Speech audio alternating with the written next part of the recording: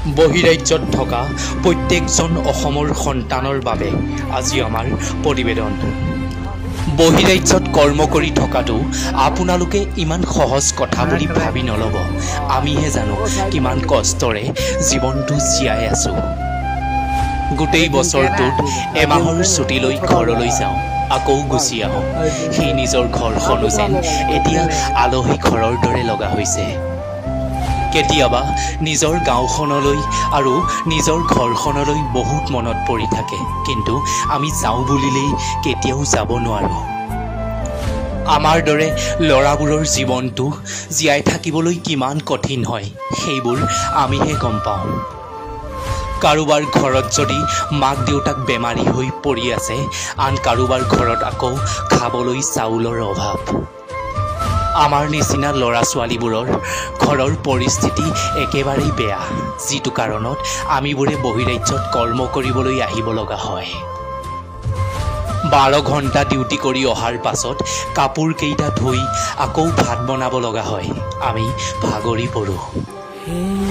আমিবোৰে নিজৰ নিজৰ সপোনৰ পথেৰে আগবাঢ়িব নোৱাৰোঁ, কাৰণ আমাৰ নিচিনা ল'ৰাবোৰৰ ঘৰৰ পৰিস্থিতিবোৰ একেবাৰেই বেয়া। এযোৰ নতুন কাপোৰ ল'ম বুলি ভাবিলেই আকৌ ঘৰখনলৈ মনত পৰে, ঘৰখন বা কেনেকৈ চলিছে।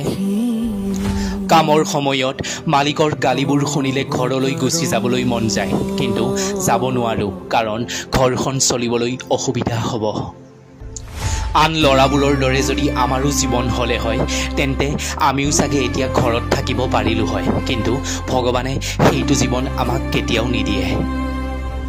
আমাৰ জীৱনৰ পৰিস্থিতিবোৰ যিমানেই বেয়া নহওক, আমি সদায় মা দেউতাৰ আৰু ঘৰখনৰ পৰিস্থিতিবোৰ চাই বাহিৰত কৰ্ম কৰি আছোঁ। দিনৰ দিনটো কামৰ ভাগত ৰাতি বিচনাখনত পৰাৰ লগে লগেই মাৰ মুখখনলৈ বৰকৈ মনত পৰে। মা, অ' মা, বহুত মনত পৰিছেও তোমালৈ। মা, তই সময়মতে ভাতকেইটা খাবি, ভাতকেইটা খাই আকৌ ঔষধ খাবি। মোৰ কথা চিন্তা তই বেছিকৈ নকৰিবি মা, মই ভালেই আছোঁ। মাৰ মুখখনলৈ মনত পেলাই বিচনাত বহুত কান্দো।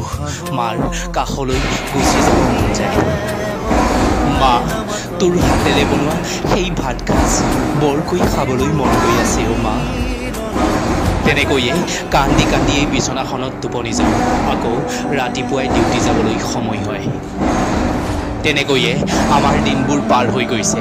আমি নাজানো আমি জীৱনত আৰু কি কৰিব পাৰিম।